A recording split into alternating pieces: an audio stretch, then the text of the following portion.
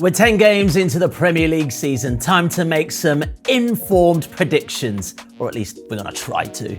On today's episode, brought to you by BOYLE Sports, I'm joined by JJ Bull and John Mackenzie. Right, before we get into our predictions, I'm sure there's many of you sitting there going, 10 games? Are you crazy? What kind of predictions can you make out of that? Well, here's Mark Carey with a little bit of science. How much will the Premier League table actually change before the end of the season? Probably not a lot, because research looking at the past 20 years shows that after 10 games, very little changes. In fact, over a third of teams generally move up or down by just one place, if at all. However, last season there were some notable exceptions, with Nottingham Forest dropping 4 crucial places, Spurs sliding down by 10, and Newcastle climbing by 6. And this season could be similar, given how the top half is the most congested it's been for 7 years after game week 10, with just 3 points separating 11th from 3rd. So there will be some movement in the table, but it is worth remembering, last season saw 9 teams either stay in the same position or shift by just 1 place in the final 28 weeks of the campaign. So the evidence suggests that not much will dramatically change from here on in. Well, now we've got that established, let's take a look at how your early season predictions actually match up with the reality. So JJ, we have to start with the obvious one, Sunderland in 4th. I mean, many of us, I think, got this wrong. I got them to go down. Well, sometimes you don't predict everything that happens. And what we've seen with Sunderland is that they've done much better than we thought they would. Mm-hmm. In fact, after, 10 games, they are 4th, like we said, which is one of the best ever starts to a season by a promoted side. Good. Didn't really expect it. But a huge part of it, I think, one of the things that we thought this is that they brought in a lot of players all at once. They spent about 160 million. And if you just go through the last lineup that they had against Everton, I'm going to highlight all the players who are new signings, which is kind of interesting, because what you see is that there are this many players, so 1, 2, 3, 4, 5, 6, 7 who started, who weren't there last season, and you actually had Isidore and Lefay who joined the previous season on loan. So that's an awful lot of new people at once, and generally that doesn't mean that you're going to do particularly well. You should only really have 3 or 4 major ones. And they lost like Joe Bellingham and some of the players that made them really good last season. So they signed lots of players, but also they signed really good ones, and the really good ones are also just playing well. They fit well together straight away. But Labry's doing things with his team where there's also rotations of movement where you don't really know who's going to be where. For example, do you know where on this pitch the left wing back and the right wing back are? I mean, naturally, I think the left wing back is on the left-hand side of the field. Well, obviously, I'm trying to do a trick, much like Labry, because this is the left wing back, Ronaldo, and this is Hume has gone up here. So he splits between like a back 4 and a back 5 at times. And the most recently, he's been playing a back 5, but the back 5 becomes a 4. And then the right wing back moves into centre midfield. And there's more that they do that's quite cool, because Sunderland focus a lot of their play on the wings. They overload on these sides. And so what you end up having is that lots of players are on the wings, like Siddiqui, who's one of the centre midfielders we talked about in a show that we did last week. We did. But Xhaka's kind of in the middle of it all, controlling everything. So you'll see this is a random passing map. This is from the Everton game. And you can see that lots of players are bunched on the left-hand side, lots of players are bunched on the right-hand side, and Xhaka's kind of the one who just makes it all work in the middle. It's like the metronome, isn't he? Yeah, a lot like that. And you can see like Siddiqui, who is a central midfielder, really, the majority of his touches are on the left wing. So that he'll often swap positions with Ronaldo, who will advance up the pitch, and then Lefay, they play him on the left, he'll come inside. So everyone moves, it drags players around. It's a lot of other managers are doing it. I think PSG do something similar. I think Cesc Fabregas doing something similar. At Como. Yeah. So it's a cool thing that we're seeing. But I think the point with Sunderland is that Labry's managed to get a lot of good players in, brought in key players like Xhaka, whose leadership's crucial, obviously, but keeps things ticking along. And that's just made them work a lot better than I certainly thought they'd be this season. Same. I mean, most of the Athletic journalists had Sunderland to go down this season. So how wrong we were. Where would we put them now? Now we've reassessed the situation in our league table. Well, even though they're 4th, I don't think that's going to happen all season long. I was wrong once, but it won't happen again. And I think you can look at expected points as well, and I think they come in round about here. So I'm going to stick them for the end of the season in 13th because of the good start they've already had. They definitely won't get relegated according to past numbers, so there. That seems reasonable. What do you think, John? Yeah, I've got very similar. I've actually just got them in 12th place. But just one notch up. But I think the positive that Sunderland fans should take away from this is that even if they put up relegation form for a team last season, they're still going to stay up this season because of the boost they've got at the beginning. So great stuff for them. Okay, well, let's talk about a team you're a bit of a cheerleader for. Bournemouth. I mean, they're doing really well at the moment as well. So it seems that I guess they're overperforming because, what, you had them as 12th? Yeah, I was a little bit pessimistic on Bournemouth for a couple of reasons. One of which was they almost lost their entire back line. Yeah, good point. They've had a lot of turnover, and I was unsure as to the impact that would have. The other area of concern I had with them last season was that they were a team who really struggled to maintain winning game states, by which I mean when they're in a winning position, their play style is often very chaotic. It's based around destabilising opponents.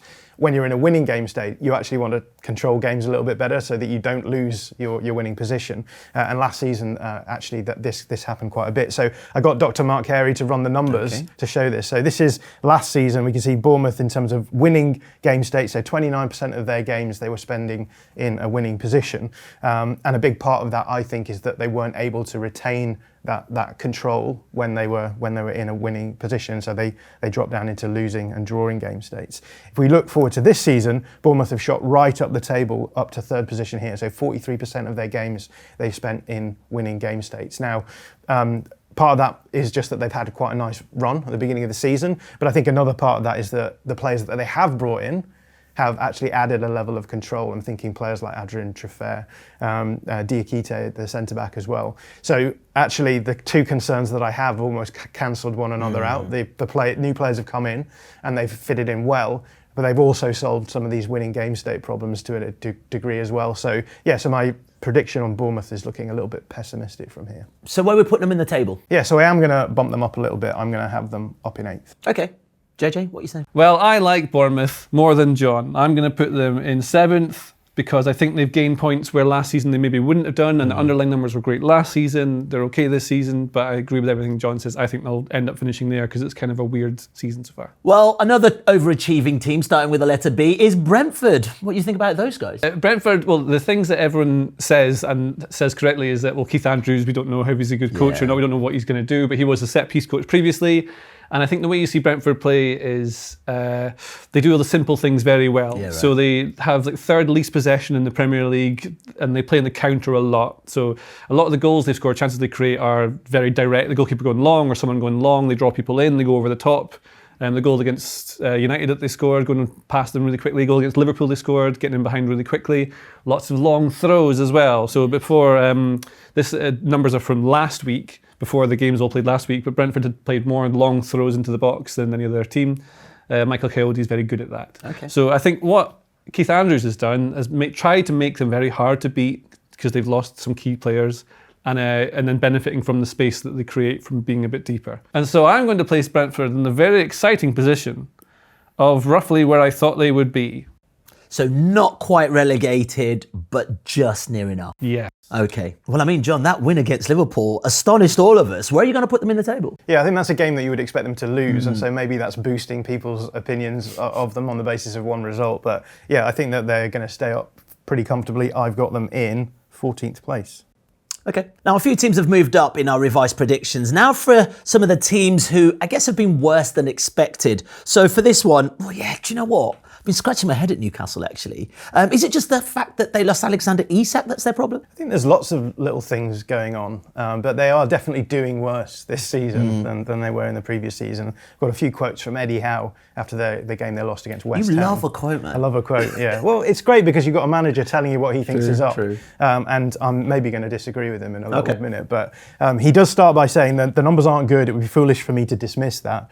We haven't replicated our home form away, so this is a big part of the issue for them, is that if you compare their numbers at home versus away, a pretty stark picture emerges. So if we look at them in terms of the expected goal difference table, we see they're around 5th, so up there in the sort of Champions League challenging spots. But when we look at them in terms of their away form, they're down mid-table, but around 9th. And actually, if we look at the actual numbers from those 5 games at home and away, respectively, we can see that their non-penalty expected goal difference that they have at home is just under 5, +5, right? So that means in 5 games, they put up +5 goal difference, which means on average, you would expect them to be putting up 1 goal more than their opponents, right? Which is good. If you do that through the course of a season, you'll do okay. On the other hand, when we then switch to look at the away form, a very different picture emerges because their non-penalty expected goal difference is much closer to 0, which means, in most of their games, they're putting up about the same amount of chance quality as their opponents, which means at best you're hoping for a draw. And because again, a lot of these games, there's not a huge amount of value in them for them. They're created under 4 expected goals away from home. If the numbers that you're creating are that low, then you're not going to be in a position where you actually are going to nick wins as well. So certainly something going on in terms of home and away form. Why might this be the case? Well, back to Eddie Howe, let's see what he says. Talking about the West Ham game, he said, it didn't look like a Newcastle team that we've seen in recent seasons. Loads of little things. So as I was saying, like there's lots of different factors coming in here that contribute to our performance. They were just simply not there. And he says, I don't think that was necessarily tactical or technical. It was a byproduct of us not being where we needed to be mentally. Oh, more of a mental situation. Yeah. Fascinating. And I'm not going to disagree with them on the mental side of things, and you know, the tactical and the mental aspects often fall back on one another, right? If you're nervous about playing an opponent, for example, you might defend in a different way. So there is an overlap here, but I do think there's a few little areas where we can see specifically tactical differences between what's been happening before. One of these is their defensive line. Their defensive line has dropped. So if we look at this viz, we can see back in 22-23, they were pushing their defensive line quite high, and in time that has reduced right the way down to 20 metres now. So 9 metres of difference between where they were 4 seasons ago to where they are now. What difference does that make? It makes a couple of differences. In possession, if you're a team like Newcastle who are trying to attack in transition, if your defensive line is 9 metres different than it was, that's basically 9 metres further you have to carry the ball in order to arrive at the opposition goal. So it's making it harder for you to actually access the goal in those transition moments. But the other thing is that if you're defending deeper, it's going to impact the way that you are defending. And I think this is something that is very clear when you watch specifically Newcastle playing away from home. There's a really good piece on The Athletic by Liam Tharm explaining this. But essentially, a lot of the time when Newcastle don't have the ball, they sit in a mid-block. But I think what we've seen from this mid-block is that it behaves very differently home versus away. When they're playing at home, they're much more active in their mid-block, so they're putting the opponents under pressure, and as a result, being able to jump into that high press a lot more. And those high pressing moments are the moments where they thrive. Away from home, they've been way more zonal, way more passive, and I think when you match that up with the fact that their defensive line is lower, what we're starting to see now is that there's just a gap appearing between the defensive line and the midfield line, which opponents are able to exploit. So this is just a screenshot from that game, and you can see this is their zonal mid-block. You can see what they try and do is overload the midfield line to make it hard for passes to get through them. But we can see that you're talking almost 5 metres of gap between the back line and the midfield line. And what we're seeing West Ham doing in this situation is having their players drift into those spaces, finding access to those players. And then suddenly you've got, in this instance, you've got 5-6 players running at your back line of 4. If you can get through that line of pressure, that's an area which is causing them a lot of problems out of possession. Another area is, I think, in terms of the attack going forward, we've already talked about how they like to attack quite transitionally, quite direct. They're really good in those kind of situations. When the opponent are able to get back into a defensive shape in those transition moments, what Newcastle are really good at doing is finding ways of, I've called it fraying the edges of the block. The opponent's block is there, and they're really good in the wide areas, being able to pull the opponents around, find seams, create seams between the centre-back and the full-back on either side, particularly on the right, I think, in this instance, where they're just able to just tease the block, get the ball to the byline and find cutbacks. That's a really useful way of them generating chances. If they can't create the chance on the cutback, they can often feed the ball back to the fullback on that side, who can then play a cross in, and it's another way of generating chances. So I've just got an example from Palace last season, if they scored a goal from this. And this is at the end of a transition moment, so they've attacked really quickly. Palace have managed to stop them, and they're falling back into their defensive block. But what we can see here is this is Kieran Trippier getting forward, into that wide channel. You can see Murphy coming inside, and what they're going to try and do is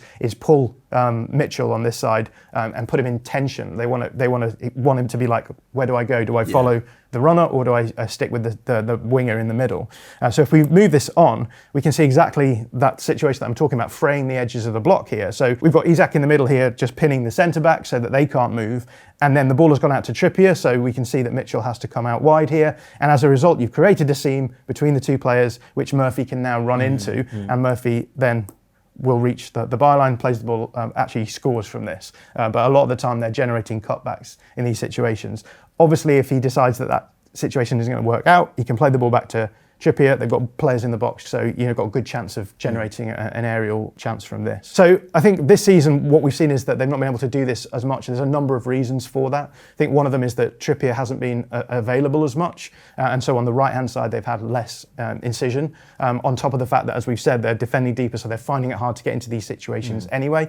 And then also, Anthony Elanga hasn't worked out the player that they brought in to play in these kinds of positions as well. And so there's just one other area where actually it's not a massive drop-off from where they were last season, but it is a drop-off, and it adds to all of these other drop-offs that they had in other areas. And one final drop-off, as you've mentioned, Alexander Isak. Yes, I was going to ask about that. What are you thinking? Yeah, just a very different profile from Voltemade. And Voltemade has had a good season so far, but I think one of the things that we often miss when we're assessing how good a striker has been is the impact on the rest of the players around them as well.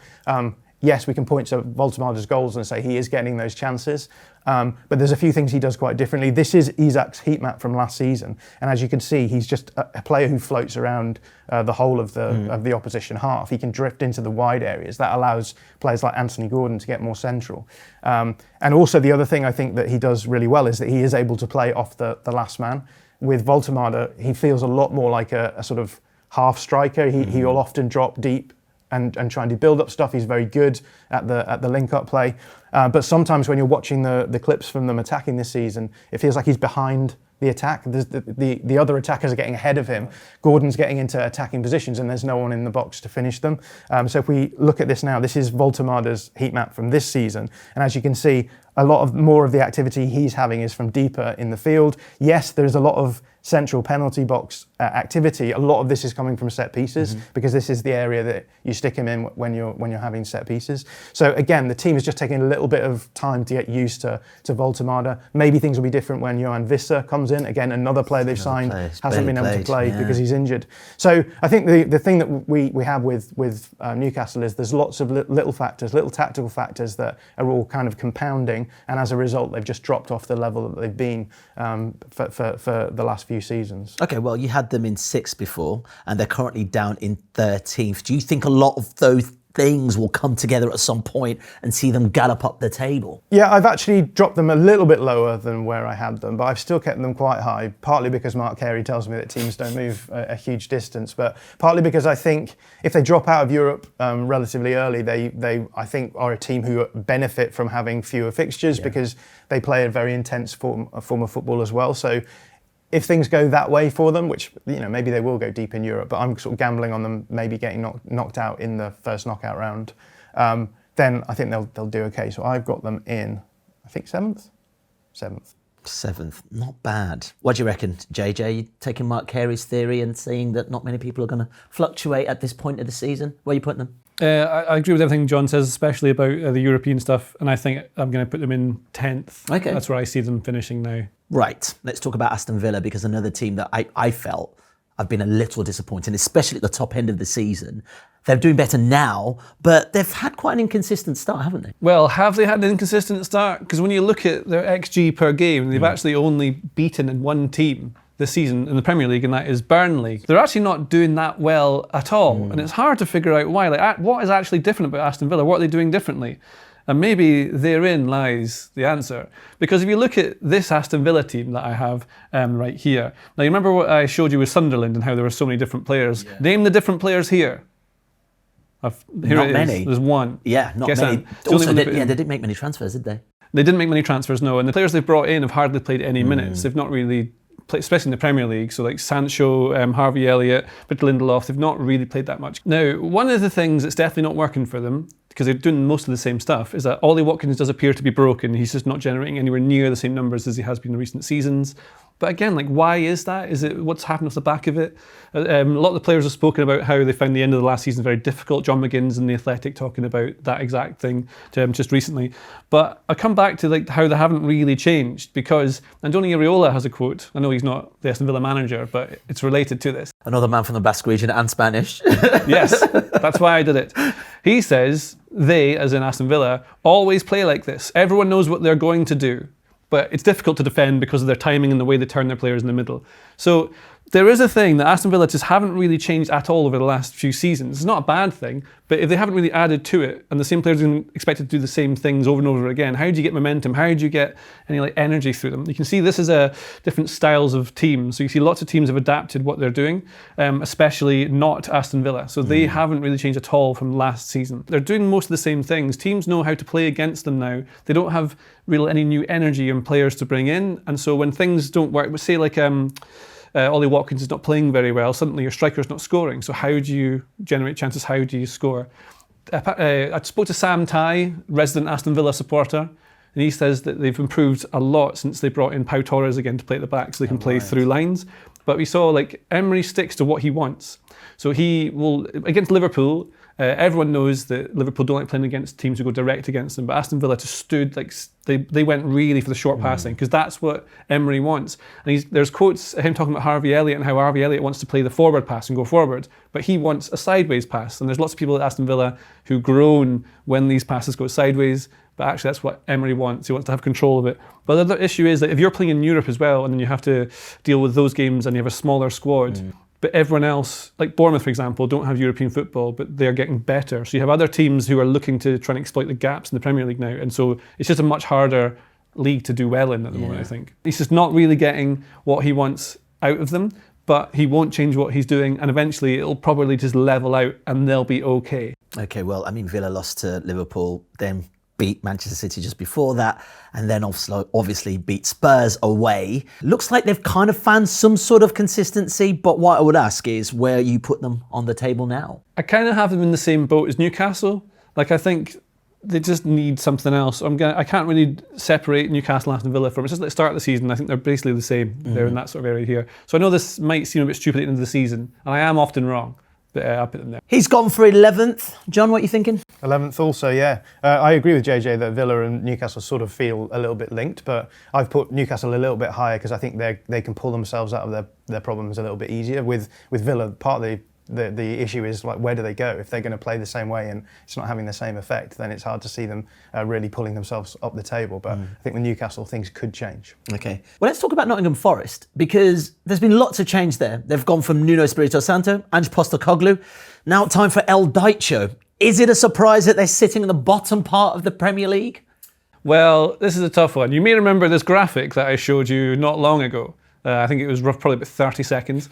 Now, if you'll see Aston Villa are here, Nottingham Forest have changed an awful lot. So they've gone from being a very direct counter-attacky team under Nuno Espirito Santo to this season being a more possession-based one, trying to create chances different ways. But they did that under Nuno Espirito Santo as well. He was trying to change as well, and especially in pre-season, it wasn't really working. What worked for them so well last season was that they were playing against teams at low block and counter. They were able to make use of these chances they were getting, and they finished with a 15-point overperformance on expected points, which is a lot. It's a lot. Yeah, I don't remember anything quite as large as that. So they should have been much lower than they were. And so we had them lower down, slightly lower down in predictions anyway. But I think the bad start to the season has meant that they're just going to struggle to get out of that. I think Sean Dyche, like many managers, will go back to basics and will revert them to more of that kind of low block counter style. And that seems to be what he's done already. And he'll also hopefully improve them at set pieces. They've let in, I think it's more corner goals than any other team. Well, they've conceded 9 set pieces anyway, which is the first place to start, I would say. Yeah, and you go from decent defence to not great defence to decent defence again. I mean, it's like a yo-yo club. Where are you going to put them in the table now? Well, I'm going to put Forest in 15th. I think they'll climb up a little bit. They've got decent players and they'll end up there in the end. What do you think, John? Yeah, I think they can get out of this existential funk they're in. I'm going to put them in 16th. Okay, right, let's move on, because now there are a few teams that we got right more or less, I reckon. And I think one of those teams actually is Everton, who are currently in 14th. JJ, you're actually bang on this. And also, brand new manager, brand new stadium, a few new players. What are you thinking? I think Everton are fine and they go in 12th, but they could finish anywhere between 12th and 14th. Are they fine? Well, I saw their second half against Sunderland. It was one of the most abject performances in a half that I've ever seen. So I've gone a little bit more pessimistic on Everton, and I'm going to put them in 15th. All right. West Ham, another team that's had lots and lots of changes. John, what are you thinking? Yeah, West Ham. I mean, this is where my Leeds bias maybe comes in. Oh, mate. Because I'm convinced Leeds are going to stay up. So someone has to go down. Oh, and I'm afraid it's going to be West Ham. Really? Yeah. Okay. JJ, can you give us a bit more unbiased opinion on that one? Not really. I think West Ham are really poor. So I would struggle. I mean, I think they could finish anywhere in these 4 spaces. And I'm going to put them 17th just now. Yeah, I might also change my mind in a minute. We'll see. Well, a team we've actually got right so far, it's Crystal Palace, who are currently 9th. Little pat on the back, well done. Where do you see them ending the season? Well, I actually think they're going to finish even higher. I'm going to put them in 5th. And that might sound wild. What? No. What? Are you kidding? Well, I think they're genuinely really good. I think they've got a good, strong spine. I think they create chances sustainably. They are undershooting their expected goals at the moment, so there's room for them to even do better than they actually are. But the expected point, I think, has them in 3rd at the moment. So they've got quite a busy December. I don't think it's unbeatable, all these teams they've got in a row. And I think if they can navigate quite a small squad and don't lose players through injury, which seems very unlikely, I just think, I want to be optimistic with it, because I think every season there's a team who does really well. Last year it was Forest, but I think Palace aren't overperforming like Forest were. And so because I think, Mateta's a good goal scorer, I really like Pino and Sarr playing behind them, I really like the midfield, I think Wharton is fantastic. I just think everything they've got in that team. But what if they get injuries, like some of those key players? Yeah, but what if they don't? That's also a good point. And that's it. So and that's why I just think they could, basically where I've done my entire table is I've looked at the team, and the team below them, I think the team above them would beat them if they were just playing them 1v1, and that's why I have Palace there. Wow, that is a wild hot take. What do you think? Yeah, I mean, my head is telling me that Palace are going to drop off later in the season, but because, as you say, they've got players like Munoz, who is really their only option at right wing back, and has an incredibly physically demanding role. And yeah, if you have to play him at home and away 3 times a week, I don't know. I'm not sure that I'm as convinced that they won't have an injury crisis at some point. Yeah. But my heart and Ruben Pinder whispering to my heart, yeah, I'm going to put them in 6th. But I'll regret it. I'll regret it. This is insane news for Palace fans. You can't see Ruben Pinder behind the camera, but he is literally elated.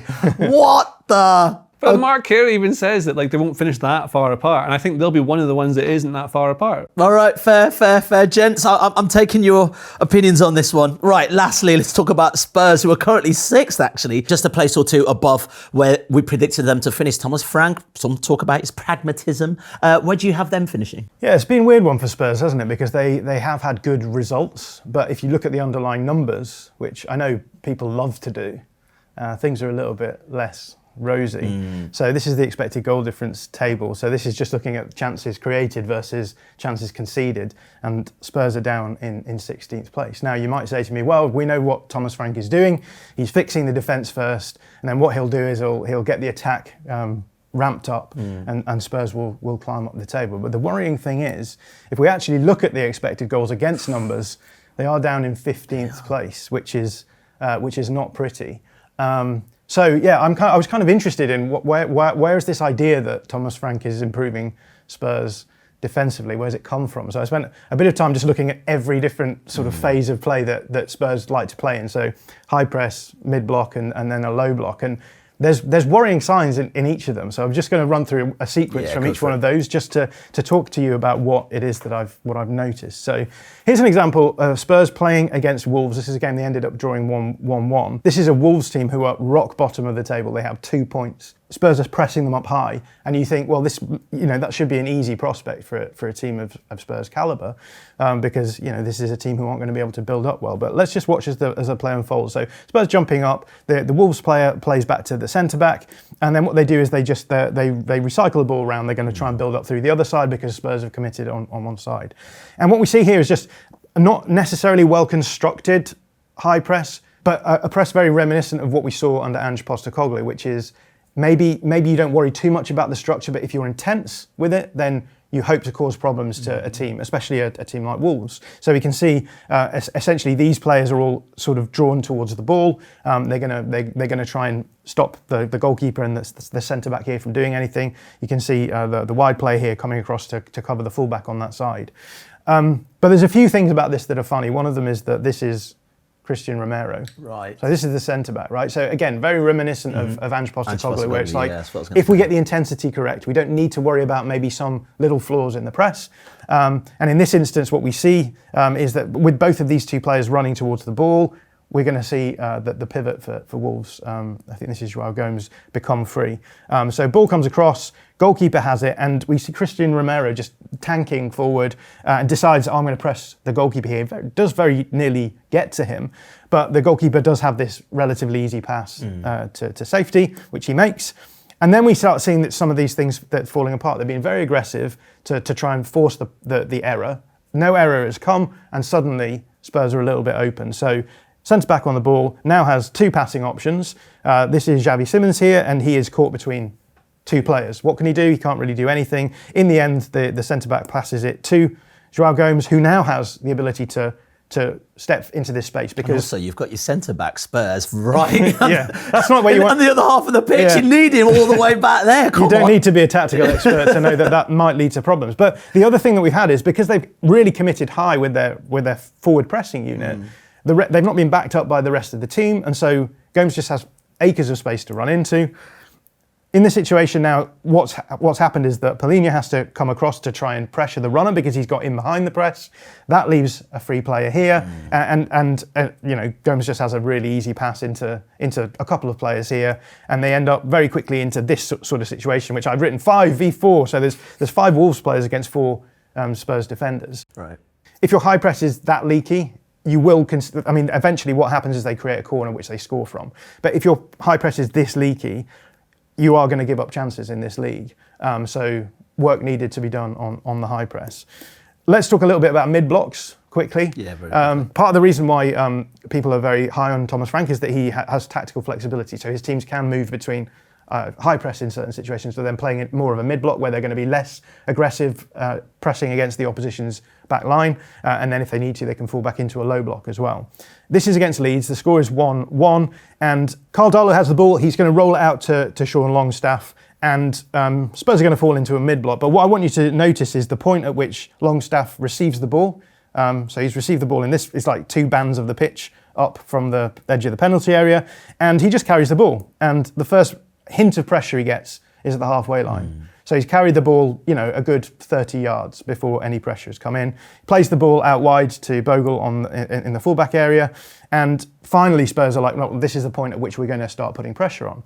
That's fine, you know, you've given not a lot, you've got really nice defensive structure here, but the problem is that in these situations, it's so easy for teams to just recycle the ball around and actually gain territory on the other side of the field, which is exactly what happened. So ball comes back round, is played to Noah Okafor. The ball has now arrived pretty much at the edge of the final third with no real pressure from Spurs at all.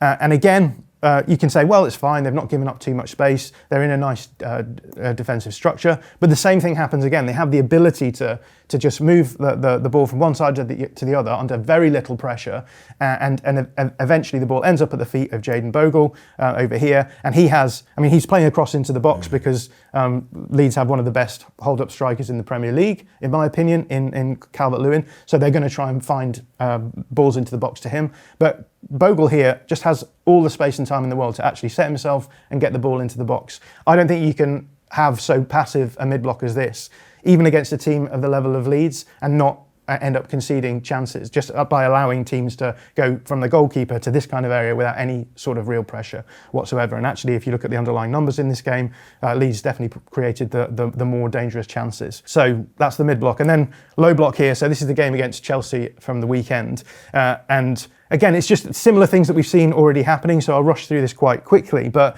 what's happened here is that Chelsea have done a transition attack, and so Spurs are still coming back into a defensive shape. The ball is over here. I've highlighted the ball carrier. But what we see is just in this low block, they're just happy to sit and be very passive. And again, we see the same kind of thing happening where Chelsea are able to feed the ball one side to the other until they're in a position where they're able to generate the kind of chance that they want. So let's look at this. Ball comes back to Caicedo.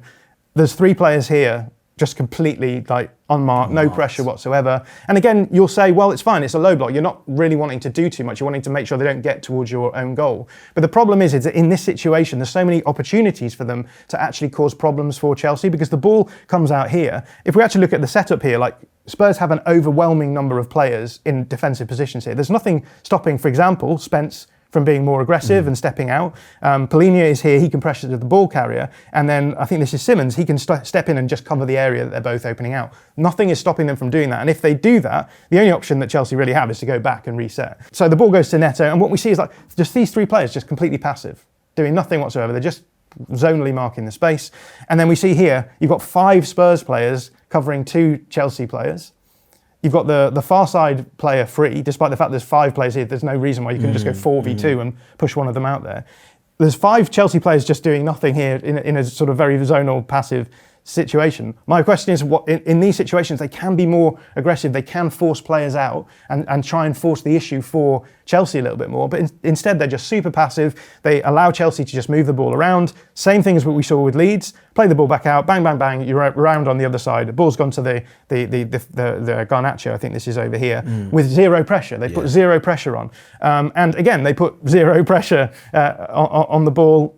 Again, and so they can just do the same thing back around. And so what they're able to do is just work the block side to side until they find an opening that they think suits them, and then they'll generate a chance from here. So balls come all the way around to Pedro Neto. Spurs, like the whole point of this is to set up a nice defensive structure so that they can't find any sort of incision into this block. But all it takes is Gusto here to just run the seam, like we saw Newcastle doing. And Joao Polina, this is the guy who, the defence is, he's the guy who stops teams from scoring. He just allows him to get a run on him. He's putting his hand up for an offside call here when you can see from the line that Gusto just simply isn't offside. And then lets him go through. So you've allowed them to set up the situations they want and then just easily find a player towards the byline. And then we see one of the common problems that we see with Thomas Frank's teams in a low block is that the 2 central midfielders drop into the back line. You get a very, very compacted, you basically compress that back line. And then the question is, well, what's happening with the rest of the players? Because very quickly you end up with a space appearing between the back line and the second line. The big question I have here, and if I'm sounding frustrated... You are, man. You're steaming. It's because the whole point of a low block is to compress space around the goal. These players that we've seen on the outside of the block, they've done nothing to try and put the opponents under pressure. So the only reason that you can have them being so passive is to make sure that you don't give up this kind of space. And yet all it takes is for Polina to not track his man, for them to find for Chelsea to find the byline pass, and then suddenly a tennis court of space opens up between the back line and the midfield line. And in this instance, all Gusto has to do is find Joao Pedro in this instance, because what Joao Pedro does is he uses the momentum of the back line to continue towards their own goal, takes a step back, and so when the ball comes in, he can easily lose his centre-back and he generates a really good chance here. So in every phase of play, defensively, there's like big problems, big issues that I can see coming through. Now, this is obviously very early in Thomas Frank's tenure, and there will be improvements to these things, I'm sure. But in terms of just the straight up out of possession play, there's questions about whether or not Spurs have actually improved hugely defensively. I think with Ange Postecoglou, it's easy to look at that and say, here are the issues, because it's kind of chaotic and it's open and you leave, acres of space open. But this is a team who are trying to defend small spaces to make it easier for themselves and are still allowing big spaces to open up. I don't know, maybe I've been too cruel. I've never seen you this angry. Well, it's out of possession, isn't it? And, but I think that what needs to happen here is that a few things. They do need to work on the details of the out of possession stuff, but I think everyone is aware that for a team of Spurs' stature, they can't just simply say it doesn't matter what we're doing with the ball, because if you aren't able to keep the ball, then you're having to do more defending, and if there are weaknesses in your defensive approach, then they're going to be exacerbated even more. So lots of work to do for Thomas One thing Frank. I will give Spurs is that they've got a striker disguised as a defender. Have you seen Mickey van der Ven's goal against Copenhagen? Wow. All right, so they're higher than we predicted, but where are you going to put them? You're going to move them down, or what are you thinking? Yeah, I'm moving them down. Oh, really? Yeah, I'm going to have them in 9th place. I think that they will improve through the course of the season, but Whether or not they will improve to a significant degree is another matter, and I'm tending towards the pessimistic on that. He's simmering, JJ. Well, everything he says is correct. They're also really boring to watch. They're not great, are they? No. Based on everything John has just said, sometimes I just go with how it feels, and they feel to me like they might be finishing sixth. What? Even though I agree with everything John says, even though I don't like watching them, I feel like they're going to just manage to finish sixth somehow. Right, for the purpose of time, and no disrespect to these teams, we've preloaded our next 5 teams in our predicted table, which brings us to Manchester United. Where do we even start here? JJ? I think Manchester United could finish anywhere between 5th and 8th. Wow. I think they are much improved during the season than they were earlier in the season. I think Amorim's made some changes. They seem to be better when they don't have the ball, and so the key for other teams is just to make sure they have the ball, and then they might struggle to create against them, and then they can hit them in transition, which is kind of what's been happening. But they do look a bit better, and they've got confidence, and I think with confidence they can gain a bit of momentum, which is why I'm going to put them in 8th, but I genuinely think they could probably be anywhere in this area here. Because of Bournemouth's performance last season, how they're doing well this season, and just because of vibes, Spurs are there, and then because I think Palace could be there. Basically all of these, any of these can swap around. Yeah, I'm still thinking about how high Palace are in this table. Is Amorim going to finally cook this season? I'll be honest, I think that the approach they're taking this season is a little bit gimmicky, and what I mean by that is it's sort of leaning into a sort of style of play that I think will get them results in the short term, especially when they've not got European football. So I think they're going to be able to keep up their intensity. They're going to be able to play the ball long and win second balls, and then they've got an incredible front line of players who will generate chances. Whether or not it works in the long run, I don't know, but I'm gambling on it working in the short term for the rest of the season.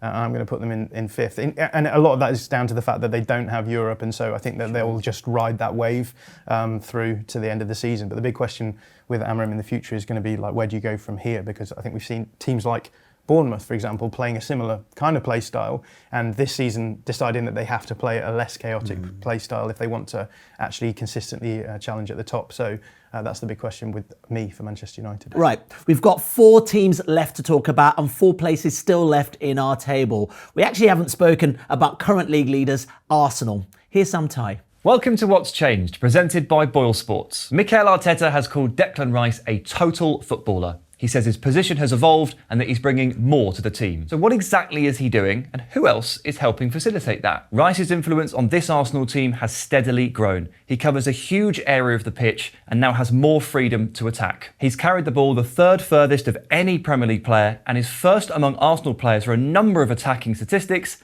helped, of course, by his wicked set-piece delivery. But it should be noted that Rice's freedom has been made possible by the addition of Martin Zubimendi, who provides control and stability at the base of midfield. Rice was initially placed in this role when he signed in 2023, but struggled with the responsibility of dictating the tempo. Arteta recognised this and steadily reconfigured. Now, with this midfield setup and quality, it's no wonder Arsenal finally look set to secure that elusive Premier League title. Well, Sam seems to think Arsenal are going to go all the way, but we'll talk about that a little later on. We need to also talk about Chelsea, though, who are currently 7th in the Premier League table. We actually had them down, both of you, as 4th. Anything changing here? Not for me. I'm going to keep them in 4th. I think I said in the preview that my worry with Chelsea is that they're not consistent enough, which is why I don't have them in that top 3. But I think they are consistently better than the other teams but beneath them. So I'm sort of gambling that will work its way out in the long run, and they'll finish in 4th place. But yeah, still consistency issues, dropping points against teams who they shouldn't, and yes, some questions about whether or not the play style is too, I don't know, almost maybe outdated. It feels like Maresca's going one way when a lot of the coaches who've used that approach in the past are heading in quite a different one. So yeah, but I still think they're going to finish 4th. Okay, and still quite a few injuries at the moment as well. Yeah, I think I might move Man United up 1 and move. Oh, you're changing that now? Okay, I see you. All right, maybe. But I don't know. I can't really separate those two. And then Chelsea just stay in 4th. Chelsea have the 4th best team and the 4th best squad, and therefore I think that's where they go. Liverpool. We have to talk about Liverpool, current Premier League champions. We've seen a bit of a dip in their style. We've seen changing personnel as well. But where are you putting them? I think they'll go 3rd. So that's what I thought at the start of the season as well. The changes haven't done exactly what Slot wanted them to, but he seems to be reverting back to a lot of the players who did well from last season, like Andy Robertson and putting Szoboszlai as part of the front press.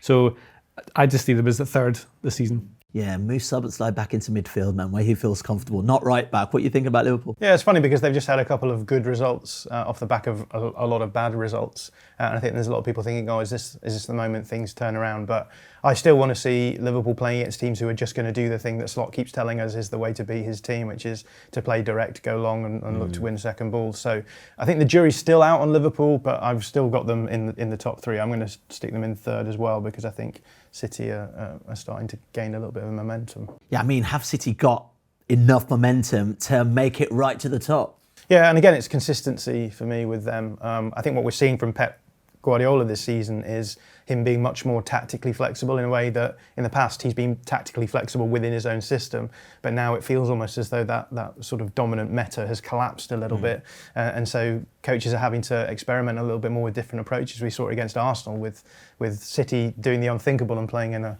low block for long periods of that game. Against Bournemouth, they put up less possession than Bournemouth at home, which is, again, relatively unheard of across Guardiola's career. So I think what we'll see some very good performances from City this season. We saw one of them in the Champions League recently against Dortmund, but I think they will continue to just drop a few points here and there, and as a result, with the points gap that exists between them, I don't think they're going to catch Arsenal. Oh, so City second. Second. Well, I think I really like Man City, and I think they tend to be able to get over the line, and they've got players who can do it. Arsenal haven't done it yet. Yeah, they haven't. If you took away set pieces from Arsenal, they would score much fewer goals. If you took Erling Haaland out of Man City, they would score almost no goals.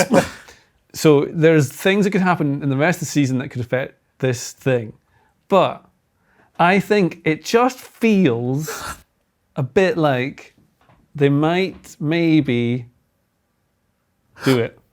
What? I think Arsenal might win. Bro, do you know what? I'm done. Thank you very much. Laters, people. If you like this video, Arsenal are winning the league. please consider subscribing to the channel. The Athletic is home to some of the world's best sports journalists, including David Ornstein, Amy Lawrence and James Horncastle. With the latest transfer news and insights on every Premier League story that matters, theathletic.com puts you inside football.